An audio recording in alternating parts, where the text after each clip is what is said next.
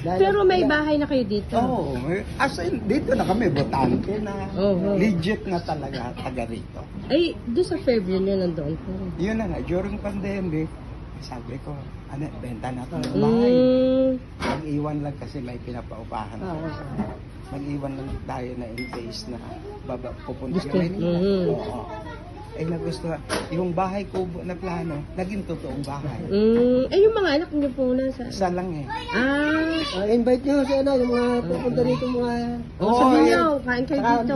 Address ito para Sa Kamali ko. Anak mo. Ayan. sa JCTV vlog i-upload ko rin yan. Ito ilang taon na ito. Kamali.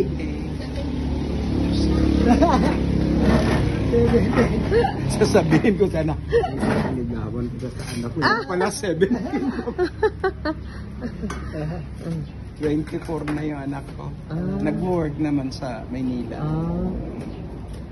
Yan po mga apo na sa pamangkin. Apo na sa Ari po pamangkin. anak ko. Ay, ito. Tsaka yung lalaki isa.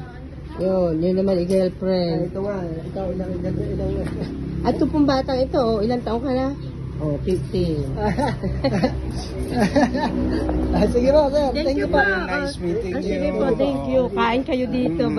Babalik kami. Pero salamat. Opo, sige po.